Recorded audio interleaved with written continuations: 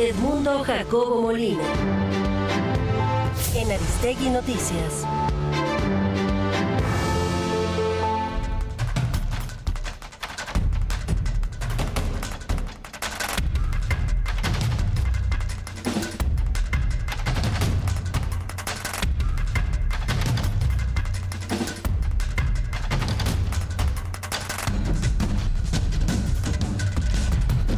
Edmundo Jacobo Molina, buenos días y bienvenido. ¿Cómo estás? Saludos. Muy buenos días, Carmen. Pues, bien, en semana de guardar y tú guardada en el estudio. Guardados en el estudio aquí contigo y con la magistrada que venimos a hablar de este tema de los 10,000 millones de pesos que la Judicatura vio que Nafin le entregó a la Tesorería de la Federación y pues está en la fase previa a lo que puede ser un asunto legal, ¿no? Vamos a ver qué termina de ocurrir porque son 10,000 millones de pesos que según la Constitución, nos dijo aquí la magistrada, pues están previstos ya para que se entreguen a las personas que no participan, decidieron no participar en la elección extraordinaria o aquellas que no resulten electas. Pero por órdenes superiores, no se sabe exactamente qué tan superior y de quién, la instancia financiera que recibió ese dinero del Poder Judicial en 2013, pues ya se lo dio a la Tesorería de la Federación. Es algo insólito. Pues mira, Carmen, debería ser algo insólito, pero ya Pues, se está volviendo costumbre el pasar sobre las normas. Porque aquí es un caso, pero clarísimo, lo explicó con toda claridad la magistrada. Está previsto un recurso para ese propósito. Además, no solamente en el marco de la reforma, en el marco de la más elemental justicia laboral en este país. Una persona que ha desempeñado su tarea al término de su función, sea en el sector público o en el sector privado, merece una liquidación o indemnización por los años trabajados. Y ese recurso además se dijo mucho antes, de cuando empezó toda la discusión, te acordarás, de los fideicomisos en muchos casos. Ese dinero López Obrador lo quiso usar para un montón de cosas, ¿no? Para muchas cosas. Y ese fideicomiso ya le destinó para varias cosas un dinero que no era del gobierno federal. Y que quería exhibir incluso al Poder Judicial de vean ustedes nomás la cantidad de recursos que están guardando, quién sabe con qué propósitos. Pues entre otras cosas, para hacer frente a una obligación con los propios trabajadores del sector, como lo hizo el Poder Judicial y muchas otras instituciones en el país responsablemente. Y te acuerdas, liquidaron muchos fideicomisos y quedó ahí con este propósito específico, pero además, por si no fuera poco, el 123 constitucional y las leyes en materia laboral, la propia reforma previó que estos recursos se destinaran con ese propósito.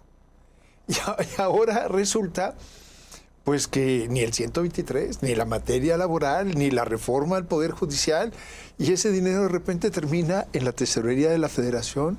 ¿Y quién va a hacer frente a los compromisos que hay con los jueces, juezas, magistrados? Lo que dice la Constitución de la reforma que ellos hicieron. Sí, y es que es un tema tan importante. Eso de lo que estamos aquí hablando, que dice la Constitución, es parte de la reforma en cuestión. Claro. Y me decías, pero ¿cómo? Pues sí, ¿cómo? Esto se está repitiendo sistemáticamente, el pasar por encima de lo que, no que se aprobó hace años, décadas atrás, sino que lo que se acaba de aprobar recientemente. Veamos otro caso que tiene que ver con la materia del Poder Judicial. La semana pasada, la Sala Superior del Tribunal revocó una decisión del Consejo General del Instituto Nacional Electoral, que a la letra, en una votación 8-3, por cierto, había honrado la letra de la propia reforma, diciendo que la única autoridad promovente de la participación ciudadana en esa elección, pues eran las autoridades electorales, el Instituto Nacional Electoral, para efectos de la elección federal, y las autoridades electorales locales en los 19 estados en donde va a haber elecciones de jueces a nivel local. Y entonces el Consejo General del INE, 8-3, dice, solamente el INE tiene esa facultad. Haciendo honor a lo que está en la letra. Con argumentación. No tiene que hacer ninguna interpretación, nada. Simplemente haciendo honor a lo que está en la letra. Pues la decisión fue impugnada ante la Sala Superior del Tribunal Electoral del Poder Judicial de la Federación. Entre otros, por cierto, no solamente a los partidos políticos, sino la propia presidencia de la República. La presidenta Claudia Sheinbaum lo anunció en una mañanera. ¿Cómo no me permiten a mí? Porque ya se le había bajado un promocional donde llamaba a la participación de la ciudadanía. Entonces va ante la sala superior y el resultado previsible. Le dicen, sí señora, ¿cómo no? ¿Eso es lo que usted quiere? Entonces se abre la puerta para que todos los funcionarios públicos puedan hacer promoción de la participación ciudadana. Lo cual parecería como que lógico, pero no lo dejaron así. En la reforma constitucional, en la reforma legal, hicieron de las reglas para la elección del Poder Ejecutivo y Legislativo reglas supletorias para este caso, ¿no? Y entonces prohibieron eso. Pero bueno, la Sala Superior, en una votación 3-2, por cierto, como se ha vuelto otra vez costumbre, la hace de legislador. Una legislación que estuvo mal hecha, que estuvo a medias, y lo querían hacer así no lo hicieron. Bueno, pues para eso ahora tienen a una magistrada, la presidenta y 2 magistrados en la Sala Superior para terminar de legislar. Cuando el sentido de ese tribunal era ser la máxima autoridad para hacer respetar la norma en sí, no para hacerla de legislador. ¿Cuántas veces la Sala Superior no le dijo al INE, no la hagas de legislador, no te toca? ¿Y ahora qué está pasando? Entonces, bueno, desaparecen miles de millones de pesos de un fideicomiso para liquidar justamente a los trabajadores del Poder Judicial. No los desaparecen, los transfieren. Bueno, los transfieren, perdón, pues tienes toda la razón, perdóneme usted. Sí, hay una diferencia grande, sí. A la Bolsa General, no, ya sí los esperemos que que rindan cuentas. Pues ya no hay INAI que haga transparencia de su curso. ¿Qué? Se transfirieron de un lugar a otro lugar. El caso es que para esos propósitos no están. Pues tampoco en la norma estaba previsto que los funcionarios públicos promovieran esta elección por una razón muy sencilla. Y lo dijo López Obrador con todas sus letras y lo dijo la presidenta Sheinbaum. Porque el pueblo va a decidir sin influencia de partidos, porque queremos una elección en donde las propuestas de quienes aspiren a ser jueces, juezas, magistrados, magistradas, ministros de la Corte, se dirijan directamente al pueblo y el pueblo, al conocer sus propuestas, decide a quienes van a administrar la justicia en este país. Pues con esto lo que se está haciendo es induciendo el voto. Si uno sabe por la propia boleta quién propuso a quién, o sea, qué poder propuso a qué candidaturas, quien está promoviendo la participación de una manera bastante directa, ni siquiera indirecta, está diciendo participa así y mira, estos son los que yo propuse. Rompiendo... No podrían hacer eso. No podrían hacer. Tendrían que, o sea, ya en este punto solamente se entiende que van a promover genéricamente, vayan a votar, participen en la elección. Ya si llegan a decir, vota por los míos, si ya de por sí está el asunto tremendo. Pero son muy mal pensados. Tú eres muy mal pensado, pero lo que se autoriza teóricamente sí, que se promueva genéricamente, ve a votar. Exacto. La sentencia es muy clara. No debe haber ninguna mención a ningún candidato, no, solo faltaba, candidata. Pero indirectamente se está induciendo en un cierto sentido, que lo habíamos platicado en otras ocasiones aquí, Carmen. Al señalarse quién propone a quién, de alguna manera la propia boleta se está induciendo. Igual que como era los logos de los partidos políticos en las otras elecciones de los poderes ejecutivos y legislativos. Ahora nomás que ya no es el logo del partido, es la mención al poder correspondiente quien está haciendo la postulación. Obviamente, estoy exagerando, ironizando.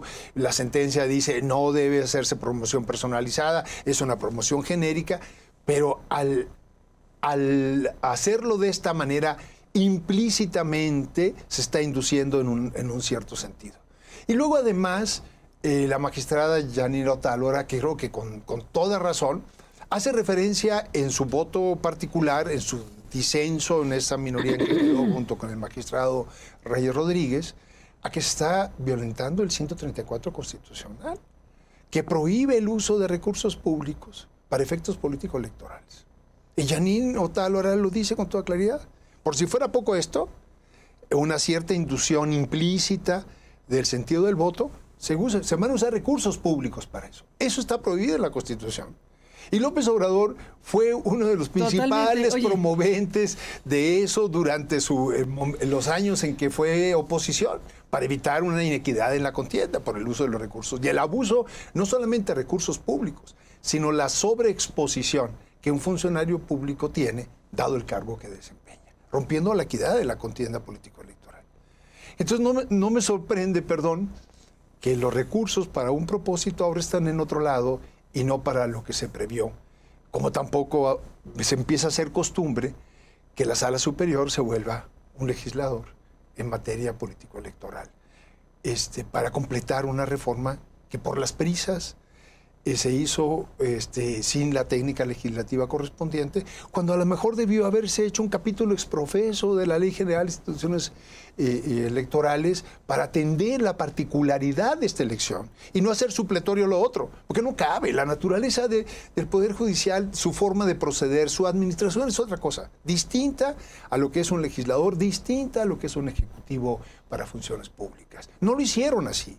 Por eso todas estas irregularidades e inconsistencias, estos vacíos que entonces permiten que la interpretación y entonces el ajuste para ir acomodando las piezas que estaban mal hechas desde el principio. Yo lamento muchísimo que el Tribunal Electoral esté terminando de esta manera. Es muy grave lo que estamos viendo. Ya lo hemos comentado también aquí, cómo esta reforma no va a resolver el problema de administración de justicia en este país. Al contrario, lo puede agravar. No lo puede agravar, lo va a agravar. Permíteme decirlo en esos términos. Y lo vamos a ver, lamentablemente, los efectos en las siguientes décadas, porque no es un ciclo corto. Pero además, una de las reglas fundamentales de cualquier elección es la certeza en las reglas. Estamos a 6 semanas de la elección y todavía estás ajustando las reglas. Sobre eso vamos, los actores, los que están participando, el público en general, la ciudadanía que puede ir a votar, cuando a estas alturas, ya con la vecindad del 1 de junio encima, todavía no se sabe a ciencia cierta todas las reglas, las normas que van a regir la elección. Muy grave. Muy grave. Muy grave. Déjame sumar a esta mesa a Eli Almanza, nuestra colega, que nos tiene información acerca de cómo están las campañas. En este caso, de quienes buscan llegar a la a la Corte, repetir en la Corte y si se puede ser presidenta. Eli Almanza, de Grupo Radio Centro. Buenos días, te saludamos Edmundo Jacobo Molina y aquí. ¿Cómo estás? ¿Cómo están, Carmen? Muy buenos días. Les saludo también con mucho gusto, Edmundo, y a todo el auditorio también, por supuesto a ti, Carmen. Informarles en este contexto, pues la Comisión de Quejas y Denuncias del Instituto Nacional Electoral determinó que los eventos de arranque de campañas de las ministras Yasmín Esquivel y Loreta Ortiz pues violaron las reglas de la elección judicial. Con el voto unánime de las consejeras Rita B. López y del consejero Arturo Castillo y también Claudia Zavala, pues se indicó que los actos de las ministras en una universidad pública y un auditorio de un sindicato pues no se ajustaron a las reglas para la organización de foros de manera equitativa. Por ello, la Unidad Técnica de lo Contencioso Electoral del INE determinó que la Comisión de Quejas y Denuncias tendría que ordenar el retiro y eliminación inmediata de todas las publicaciones referentes a sus arranques de campaña. Sin embargo, en el caso de la ministra Yasmín Esquivel, esta pues borró estas publicaciones antes de la revisión de su caso por parte de las consejerías, por lo que el daño pues se tuvo que declarar irreparable. Ahora será el Tribunal Electoral el que resuelva de fondo los ilícitos electorales de ambas candidaturas. En el caso de Yasmín Esquivel se denunció su participación en el Tecnológico de Estudios Superiores de Ecatepec, donde brindó la ponencia Diálogos por la Transformación de la Justicia. Escuchemos lo que se mencionó el día de ayer en la Comisión de Quejas y Denuncias. Es relativo al procedimiento especial sancionador 23/2025, en el que Alberto Pérez Gálvez denunció a Yasmín Esquivel Moza, candidata a ministra de la Suprema Corte de Justicia de la Nación, por su asistencia, participación y difusión en el evento denominado Diálogos por la Transformación de la Justicia en México. En el proyecto se propone declarar procedente la adopción de medida cautelar para ordenar el retiro de la publicación denunciada en la cuenta de red social de TikTok a nombre de la denunciada, toda vez que el evento organizado por el Tecnológico de Estudios Superiores de Ecatepec y por la Unión Industrial del Estado de México, AC, no cumplió con las reglas de equidad para la organización de foros establecidos en la norma electoral. Bueno, Carmen, auditorio, esto parte de lo que se mencionó el día de ayer. En el caso de Loretta Ortiz, pues se debe eliminar de inmediato, tanto ella como el Sindicato Mexicano de Electricistas. El acto de arranque de campaña, pues se demostró que el sindicato no cumplió con las reglas electorales entre otras cosas, una invitación a todas las candidaturas al mismo cargo, incluso que la participación sea por sorteo y no por decisión propia de comenzar con una persona en específico, es decir, todos estos señalamientos y especificaciones que ya se habían pues hecho por parte del INE, estas no se cumplieron, entre otras cosas. Bueno, Carmen, y esto lo tendrá que también resolver el Tribunal Superior. Eli Almanza, gracias por estar aquí y contarnos. Buenos días. Gracias, Carmen, seguimos pendientes. Gracias, buenos días. Pues sumamos esto. Edmundo Jacobo Molina, ¿cómo lo ves? Bueno, primero saludos a Elia, siempre muy puntual en sus notas, muy enterada. A ver, ¿qué te digo? O sea, ya lo habíamos comentado también antes del arranque, el 30 de marzo, del oficial de las campañas. No solamente estos eventos que se hace referencia en el tecnológico, con un sindicato, etcétera, sino las tres ministras habían estado en campaña semanas antes, ya, a nivel nacional. Y ya había un pronunciamiento de la Sala Superior diciendo, pues no necesariamente son actos anticipados de campaña. Ahora, una vez más, una comisión del Instituto Nacional Electoral dice, aquí hay irregularidades, bájense. Y una ministra se adelanta y borra de sus redes sociales. Siempre va a quedar huella, dicen por ahí. Pero bueno, y seguramente va a ir a la Sala Superior. Pero fíjate, además aquí hay otra cuestión. ¿Qué anticipas en la Sala Superior? Ya especulemos. Adivina, pues es que se volvió previsible. Sí. Se volvió muy previsible. Va a revocar esa decisión. Vamos, la va a revocar. En todo caso, va a decir, a ver, bájenlas, ¿no? Y sin mayores consecuencias. ¿Por qué? Porque todavía no había iniciado formalmente, sí, pero yo creo que se ha vuelto muy previsible. Pero te decía, hay otro elemento que se está transgrediendo de las normas electorales que se construyeron a lo largo de décadas en el país, que es evitar la afiliación corporativa. En este caso hay evidencia de que una de las candidatas acudió a un sindicato y recibió de alguna manera el apoyo de ese sindicato para su postulación. Eso está prohibido. Una cosa es que los individuos nos pronunciemos en lo particular y pertenezcamos a diferentes organizaciones, pero a título individual lo hacemos. Lo que está prohibido es que sea corporativo el asunto. Ahora, me voy a salir un poquito del tema. Morena anda tras 10 millones de afiliados en su padrón, ¿no? Esos partidos masivos a la usanza lo que ya no sé si es la República Popular China o la República Capitalista China, en fin, pero esos grandes partidos corporativos, pues está prohibido. Bueno, el Sindicato Nacional de Trabajadores de la Educación anda corporativamente, así lo anuncia como sindicato, afiliando a sus integrantes para ser parte de un partido político. Eso también está prohibido. ¿Y a los padres de familia? Y los padres de familia. ¿A qué vamos, Carmen? Vamos, y espero que la lengua se me haga chicharrón, y mi paranoia también, a una reforma electoral en donde todo esto que son irregularidades, que la Sala Superior ha venido dándolas por buenas, termine en una reforma electoral regresiva en donde todas estas prácticas vuelvan a ser normales, legales y demás. Eso es muy grave.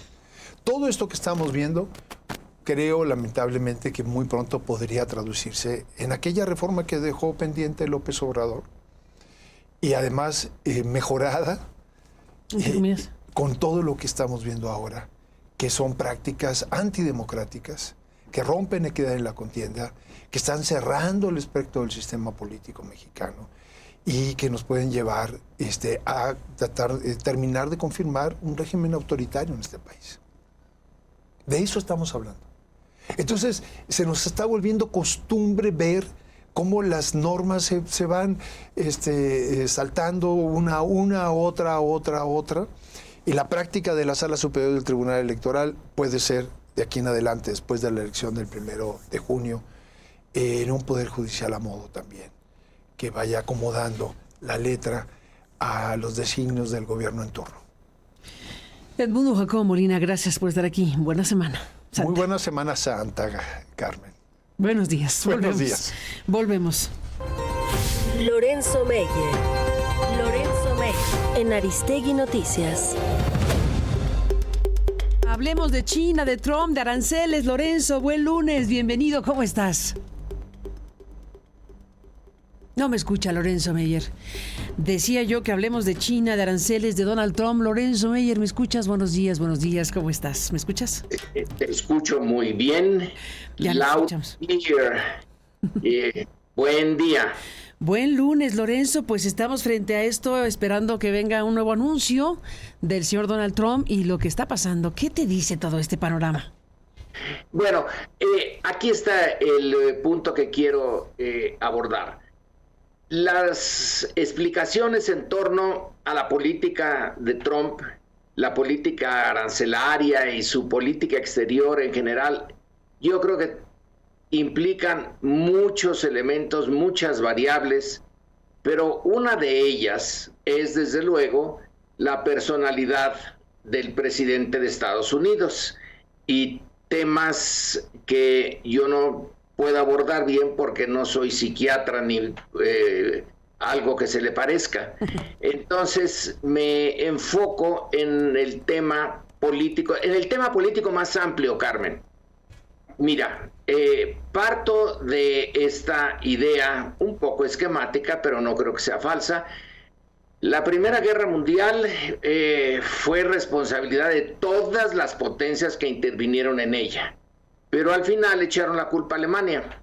Se quedó ella sola con esa culpa y al cabo de un tiempo reaccionó y se inició la Segunda Guerra Mundial. Ahí ya la derrota de Alemania fue clara y listo. Pero en 1947 empieza una tercera guerra que todos conocemos como la Guerra Fría. Fue una guerra, sí, fría en algunas partes, bastante caliente en otras y muy intensa. La idea parte, en buena medida, claro que no es lo único, de la visión que tiene un diplomático norteamericano que ha estado estacionado en Moscú, George Kennan. Kennan y su visión política de ese presente de 1947 y del futuro era que había que detener a la Unión Soviética a como diera lugar porque se proponía conquistar Europa y el mundo. Entonces había que usar cualquier tipo de instrumento para detenerla y había que empezar por Europa, pero no nada más ahí. Entonces las elecciones en Italia fueron un campo en el que la política norteamericana empezó a desplegar todas sus armas, si no secretas, sí que no estaban a la vista de todos. Es cuando la CIA realmente se forma y empieza a adquirir músculo y la intervención en Italia es un patrón que va a seguir en adelante. Se le da dinero a los demócratas cristianos en Italia, se entra en contacto con el Vaticano, se usa lavado de dinero, hasta armas se envían a Italia. Finalmente el Partido Comunista, que estaba muy fuerte, bueno, no puede con todo esto y no llega al poder. Luego está Grecia y luego va a llegar desde luego el encontronazo en Corea, pero ahí no es la Unión Soviética, Estados Unidos, sino que entra otro nuevo actor, China, que apenas está despegando en 1949 como un nuevo sistema socialista. Y la Guerra Fría va a seguir y en América Latina se va a dar en el caso de Guatemala y posteriormente en Guatemala en 1954 y posteriormente en Cuba a partir de 1969, pero sobre todo después de el intento de derrocamiento del régimen de Fidel Castro y del 26 de julio. En Bahía de Cochinos fracasa, pero sigue entonces el boicot económico contra Cuba, y bueno, tenemos todo esto, esta parte de la Guerra Fría, en donde es, independientemente del caso de Corea, donde sí entró China, es básicamente entre la Unión Soviética y Estados Unidos. Cuando la Unión Soviética se viene abajo, Estados Unidos queda por un momento como el poder más importante y el hegemón en el mundo. Es el momento en que los teóricos norteamericanos al respecto califican al siglo XX como The American Century, el siglo americano. El mundo en general gira alrededor de la economía y del poder militar y económico de Estados Unidos. Muy bien, esa es una etapa que ahora está terminando. Ahora ya la Guerra Fría, que se suponía que había terminado con la desaparición de la Unión Soviética, no terminó. Siguió en el enfrentamiento con Rusia. Con la OTAN no se desbarató, que estaba creada para enfrentarse a la Unión Soviética. Bueno, ya no había Unión Soviética, ya no había la amenaza comunista, pero de todas maneras siguió el enfrentamiento, lo cual muestra que el verdadero adversario de Estados Unidos era Rusia, independientemente de qué ideología tuviera el gobierno en turno en Rusia. Pero ahora lo que estamos viendo, Carmen, es un cambio de foco. El gobierno norteamericano, encabezado por Donald Trump, ha decidido que ahora es China la potencia que se está expandiendo no territorialmente, porque China no conquista a otros países ni tiene avances territoriales, salvo el caso de Taiwán, que Taiwán es una isla que pertenecía históricamente a China, pero que con la Guerra Fría Estados Unidos la apoyó a Taiwán, al Kuomintang de Chiang Kai-shek, lo armó, y ahí está un choque, sí, es territorial con China. China reclama ese territorio como propio y Estados Unidos no, lo quiere ceder y apoya al Estado independiente de Taiwán. Pero fuera de eso, Carmen, la lucha ya no es como contra la Unión Soviética, ya no hay ideología de por medio. A lo mejor la ideología fue un pretexto en los años 40, 50, 60, 70 y hasta los 80, pero ahora es el enfrentamiento de dos potencias, pero ya no es Rusia. Rusia de alguna manera está quedando como potencia secundaria. Sí, es una potencia atómica, pero no es una potencia económica. Y en el caso de Ucrania, se ve que su ejército tiene dificultades cuando quiere detener a la OTAN. Y la OTAN es una fuerza que está allí en el centro de Europa y que sí contiene a los rusos. Entonces, el frente que Trump ha decidido privilegiar es el de enfrentarse a China. Pero hasta ahorita militarmente en el mar del sur de China, ahí tienen problemas los barcos de la Armada norteamericana con los de la Armada china, y de vez en vez los aviones y se acercan mucho y van a provocar un accidente, pueden provocar un accidente en esa zona. Pero su enfrentamiento es muy profundo, porque a mi juicio, y eso ya se puede discutir, Estados Unidos está perdiendo su posición como la gran potencia, y China va aceleradamente en crecimiento económico y tecnológico, y detrás de eso, desde luego, político. La ruta de la seda y los esfuerzos de China por encontrar mercados y nuevas zonas de influencia son notorios, pero sobre todo lo que es notorio es que Trump quiere reindustrializar a Estados Unidos, y la parte maciza de la industria moderna de punta está en China. China no quiere reindustrializarse, va corriendo para ser el país de la gran industria moderna. Tiene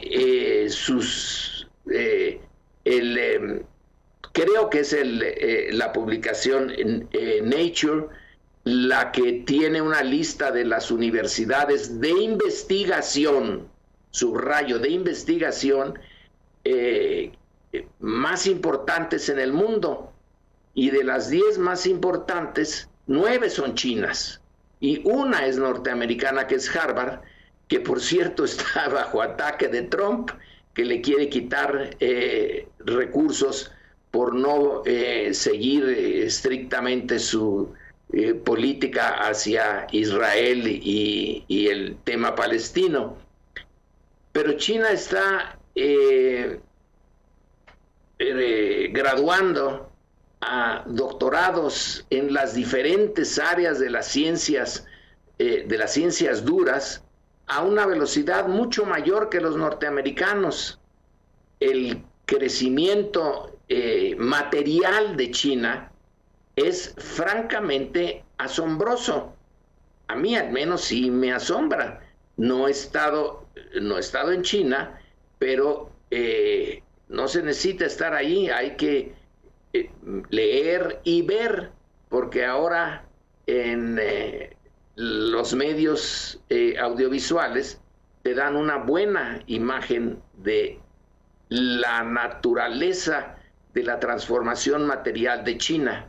Entonces, y concluyo de esta manera, lo que Trump en parte es un problema, como digo, psicológico, pero en parte es algo muy real, es la reacción de Estados Unidos ante el avance material económico de China.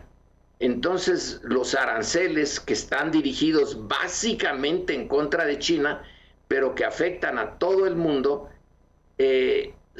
tiene como objetivo la reindustrialización de nuestro vecino del norte, y esa reindustrialización le permite a Trump tener una base social, electoral, en todo ese amplio grupo de clase media precarizada, blanca, protestante, que no deja de tener pues la herencia de la esclavitud y de del racismo y de la guerra civil norteamericana, etcétera. Entonces, el miedo o el objetivo de Trump es detener a China y reencauzar la energía norteamericana a la antigüita, es decir, al dejarse de estar centrado en la especulación y en la ingeniería financiera de la que Wall Street es el amo, y centrarse otra vez en las fábricas que ya se le fueron, en las grandes fábricas que fueron por un tiempo el orgullo norteamericano. Y nosotros estamos, sin quererlo, en el medio de esta guerra.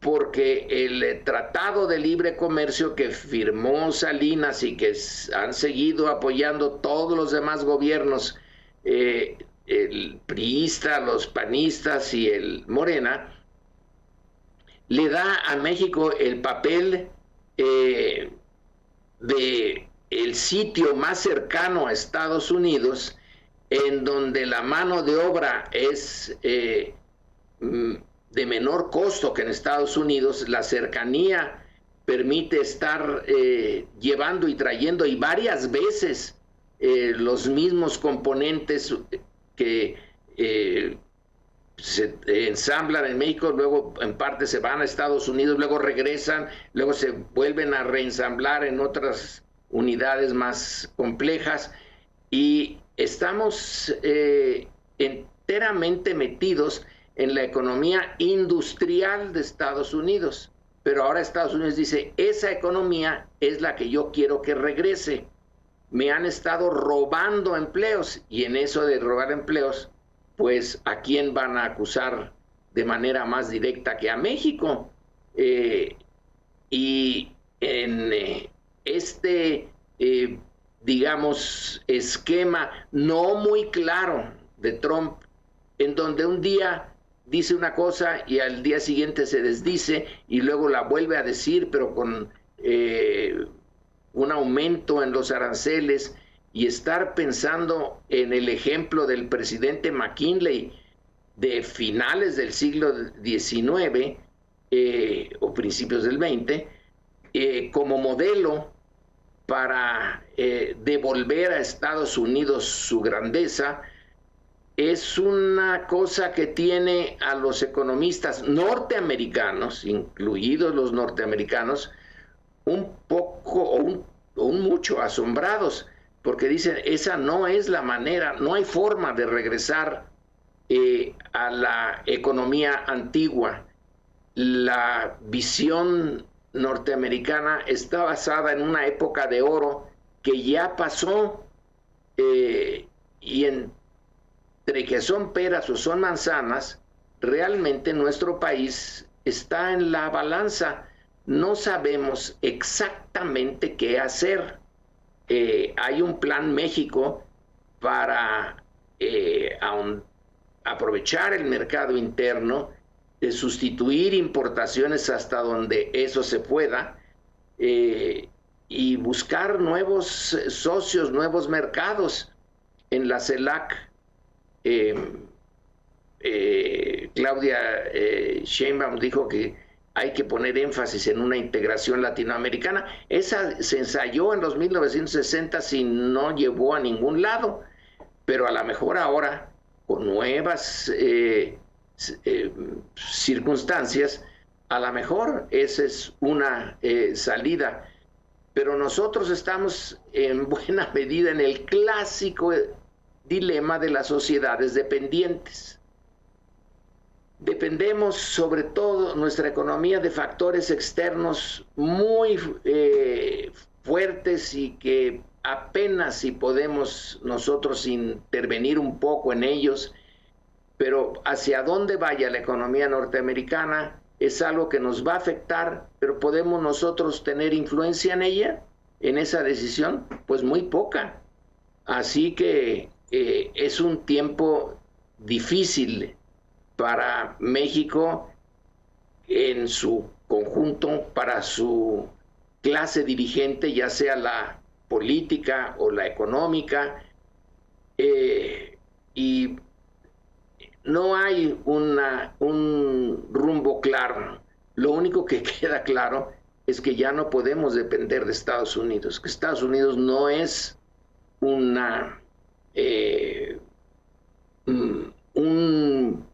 poder económico en el que se pueda confiar, que se puede tener un tratado de libre comercio y de todas maneras se resiente ese supuesto libre comercio cuando vienen los aranceles al aluminio, al acero, a los automóviles, y estamos con el alma en un hilo porque no sabemos cuál va a ser la siguiente decisión. Así que ahora sí nuestra dependencia se deja sentir de una manera, yo diría, brutal, Carmen. Brutal, sin la menor duda, en temas arancelarios y otros más, pero por lo pronto arancelarios, y el día de hoy estamos a la espera de nuevos anuncios, así que bueno, todo junto. Ahí está tu análisis y punto de vista, Lorenzo Meyer, que agradecemos como siempre. Buena Semana Santa, que tengas un gran día. Bueno, ojalá sea santa, pero los demonios están sueltos, Carmen. Así dirían los clásicos. En esta semana. Los demonios andan sueltos. Bueno, pues gracias, Lorenzo, por estar aquí esta mañana y buenos días. Buenos días, Carmen. Buenos días. Lorenzo Meyer. Lorenzo Meyer. En Aristegui Noticias.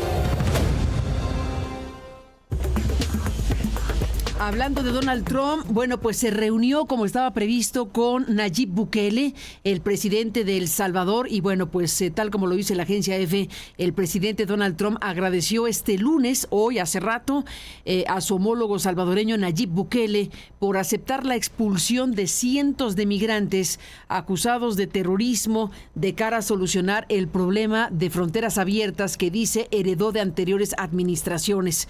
Así que bueno, pues ya se reunió con Bukele, ya le agradeció que reciba a quien expulsa a Estados Unidos a estas personas que han sido pues enviadas a las cárceles, a los centros de reclusión que ha desarrollado el gobierno de Nayib Bukele, con cárceles de altísima seguridad y con características pues que sacuden, porque son verdaderos espacios en donde los seres humanos, los individuos, quedan ahí en circunstancias bastante controvertidas en términos de pues su condición de vida.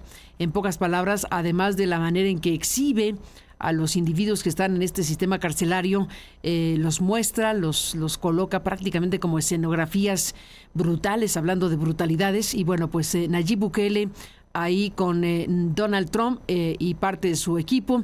Está ahí el vicepresidente, está Marco Rubio, están otras personas que están acompañando esta escena que se realizó hace unos minutos en la Casa Blanca, y el presidente salvadoreño, bueno, pues conversando con el presidente estadounidense, quien le agradeció hoy que acepte a los cientos de migrantes que están siendo expulsados y acusados de terrorismo. Así que bueno, pues es parte de lo que está ocurriendo una mañana como esta de lunes.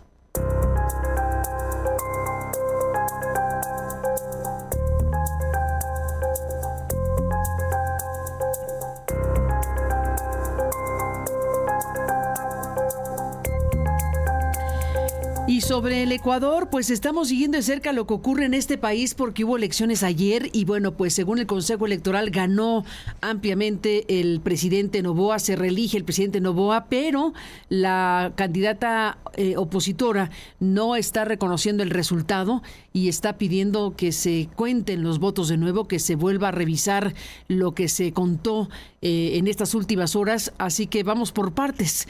Una vez que se procesó, ya estamos cerca del final de las actas a nivel nacional que han marcado una tendencia que, según la autoridad electoral, es una tendencia irreversible de esta segunda vuelta electoral. La presidenta del Consejo Nacional Electoral pues dijo que esto ya era irreversible, y el mandatario Daniel Noboa pues se está imponiendo con las elecciones de ayer domingo en el Ecuador. Esto superando a la contendiente Luisa González, que, como digo, pues está desconociendo el resultado de estas elecciones. Informamos, dice la presidenta del Consejo Nacional Electoral, dijo ayer por la noche, la presidenta del Consejo Nacional Electoral de Ecuador, Diana Atamaint, informamos al pueblo ecuatoriano que una vez procesado más del 90% de actas a nivel nacional, se marca una tendencia irreversible de la segunda vuelta electoral. La autoridad electoral considera que el binomio ganador corresponde a la Lista de Acción Democrática Nacional, ADN, conformado por Daniel Noboa Así y María José Pinto. Eso fue lo que dijo por la noche. Con más del 90% de las actas escrutadas, Noboa sumaba el 55.88% de los sufragios contra el 44.12% de González. Minutos antes del anuncio del Consejo Nacional Electoral, González había dicho que desconocía el resultado, pidiendo la apertura de las urnas. no reconocemos los resultados presentados por el Consejo Nacional, dijo González. Ante sus seguidores, vamos a pedir el recuento de los votos y que se abran las urnas. Denuncio ante mi pueblo, ante los medios y ante el mundo que Ecuador está viviendo una dictadura y estamos enfrentando el peor y más grotesco fraude electoral de la historia de Ecuador. Está hablando de fraude electoral la contendiente de izquierda en nombre de los hombres, de las mujeres, de los niños y de los jóvenes a los que representamos, en nombre del pueblo que representamos. Nosotros no reconocemos los resultados presentados por el Consejo Nacional.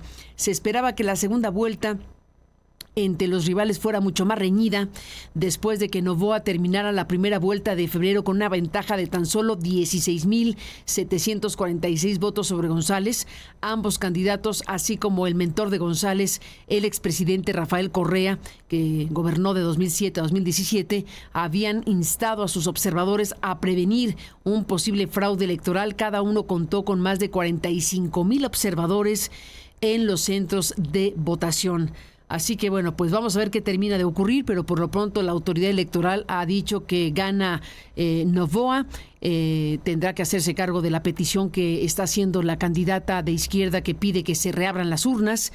Noboa, heredero de 37 años de una familia empresarial, lleva poco más de 16 meses como presidente tras vencer a González en las elecciones 2023 para concluir el mandato de su predecesor, el exmandatario Guillermo Lasso. Acuérdese que llegó Noboa para cumplir lo que le quedó, lo que dejó libre, lo que faltaba por cumplirse del mandato de Guillermo Lasso, y pues cumplió ese periodo, está cumpliendo ese periodo y se volvió a postular. Bueno, en la anterior ocasión, pues digamos, cumplió un periodo de esta manera.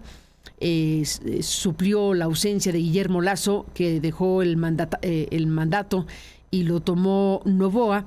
Ahora, bueno, pues compite por el periodo completo con su contrincante y bueno, pues ha dicho Noboa que su plan de seguridad Fénix, que incluye despliegues militares en las calles, mayor seguridad portuaria y más incautaciones de drogas y armas, está dando frutos, incluyendo una reducción del 15% en las muertes violentas el año pasado.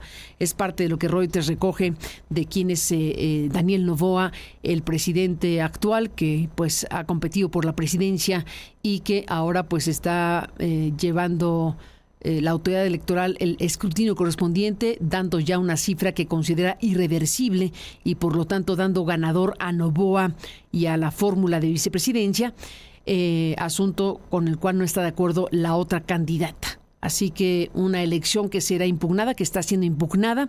Veremos cómo se procesan las cosas en el Ecuador. El día de hoy, la barra mexicana, Colegio de Abogados, que es esta asociación civil pues importante en México, sin duda, se está manifestando a través de su presidenta, que es Ana María Kudich Casteló, sobre las preocupaciones de la barra mexicana acerca de las iniciativas de ley en materia de seguridad pública e inteligencia. Y han emitido un pronunciamiento donde manifiestan esta preocupación expresa ante estas iniciativas que se presentaron para expedir la Ley del Sistema Nacional de Seguridad Pública y la Ley del Sistema Nacional de Investigación e Inteligencia en materia de seguridad pública.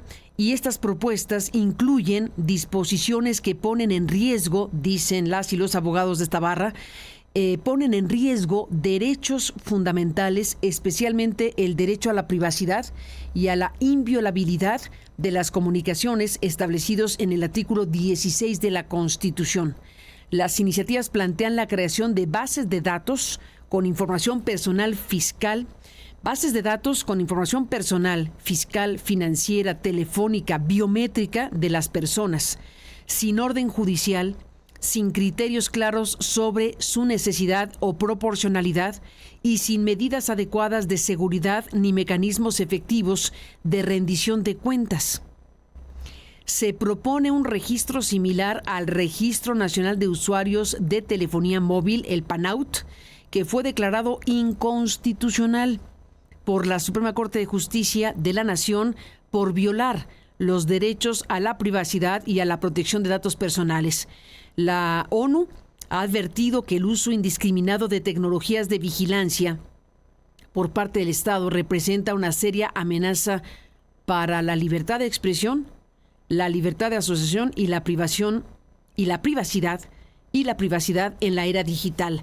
La recopilación y almacenamiento de datos personales debe aplicarse solo en casos excepcionales, ser necesaria, proporcional y contar siempre con la autorización de una autoridad judicial.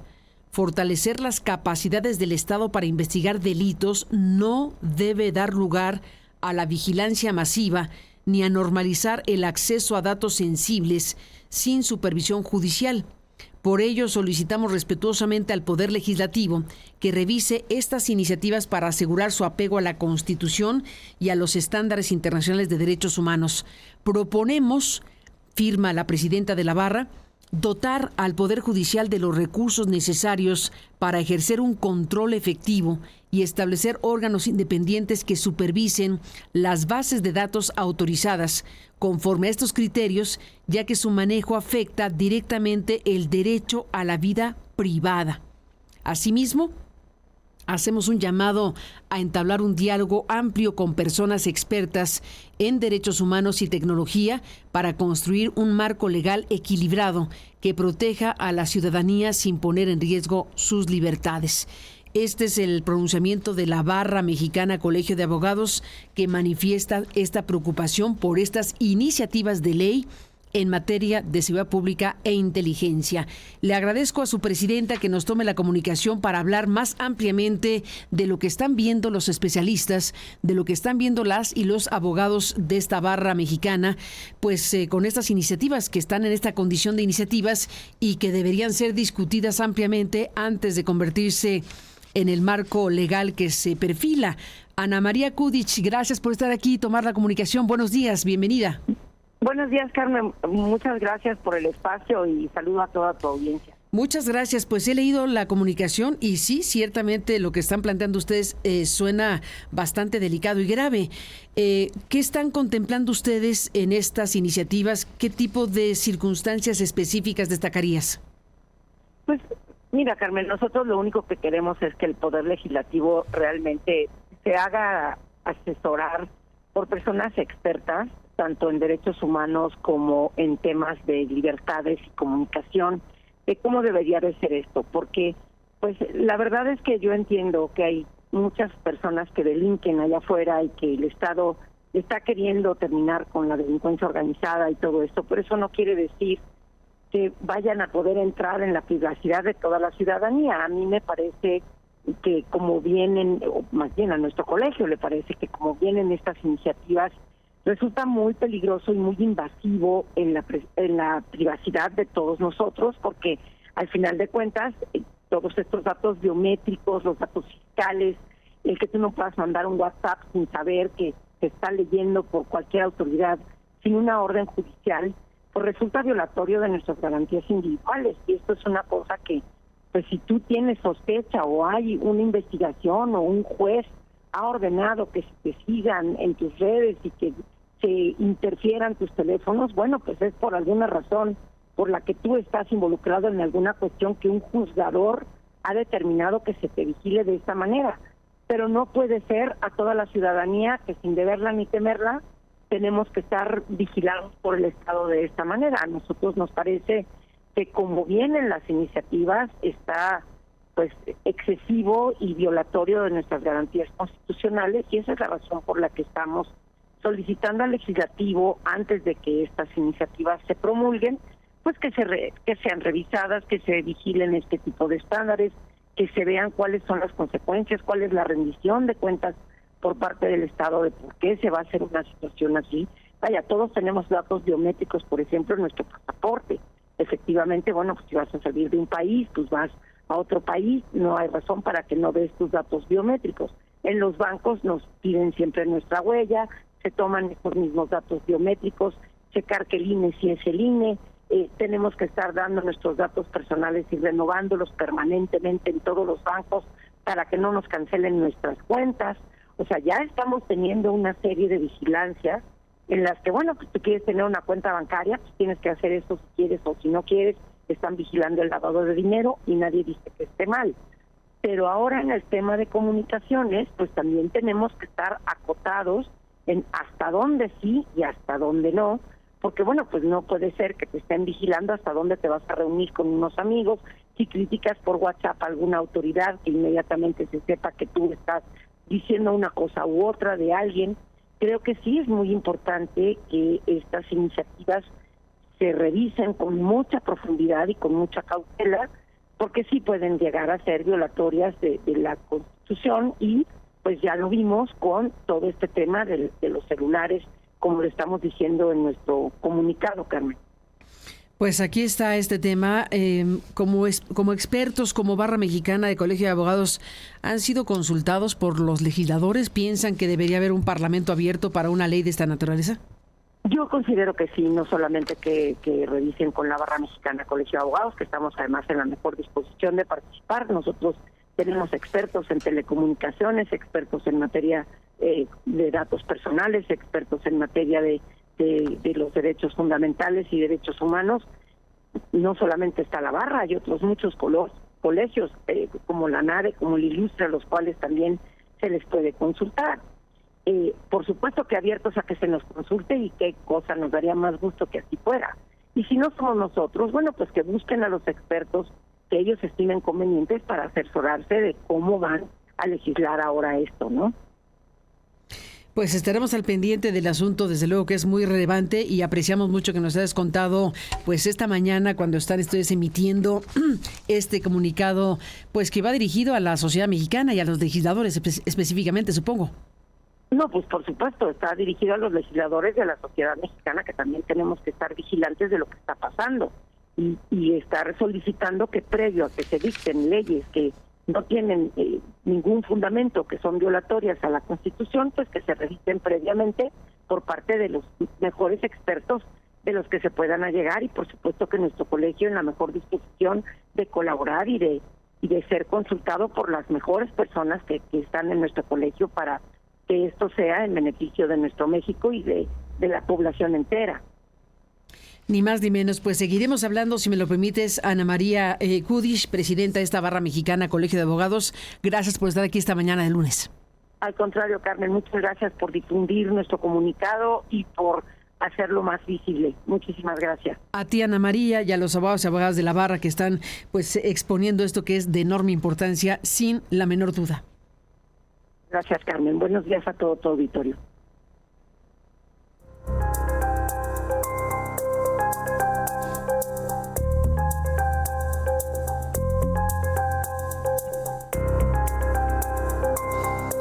Y hablando de legislaciones, le quiero contar que la presidenta señaló que prevé que haya un periodo extraordinario para discutir leyes secundarias sobre desapariciones. La presidenta dijo que hay coincidencias entre las personas buscadoras y sus propuestas para atender las desapariciones en México.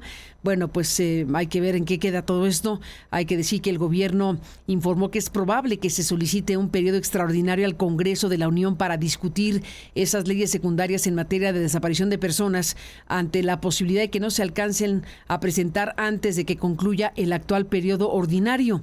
Durante esta conferencia de lunes, Sheinbaum explicó que continúan las reuniones con colectivos y personas buscadoras con la Secretaría de Gobernación, y reiteró que se mantendrán abiertas hasta escuchar todas sus propuestas. Una primera parte tiene que ver con las propuestas que tienen para modificar las leyes que presentamos. Es probable que no nos dé tiempo de aquí a que termine abril, y entonces estaríamos pidiendo un periodo extraordinario al Congreso. Precisó que se trata de leyes secundarias derivadas de la iniciativa que presentó su equipo en materia de personas desaparecidas.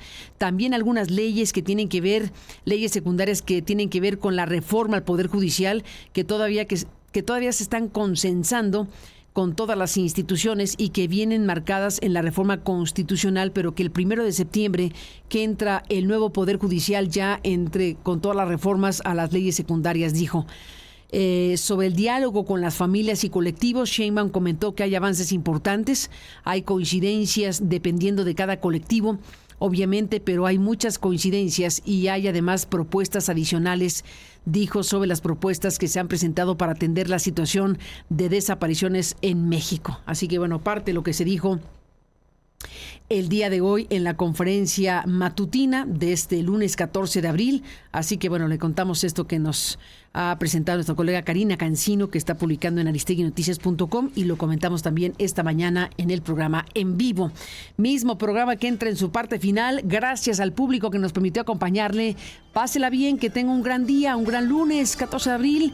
Lo esperamos mañana. Lo invitamos a que siga las transmisiones de Grupo Radio Centro en las estaciones en el país con sus diferentes programaciones. Saludos a Radio Centro, y lo invitamos a que siga nuestro canal y nuestro sitio en www.aristeguinoticias.com. Buenos días, un abrazo y hasta mañana.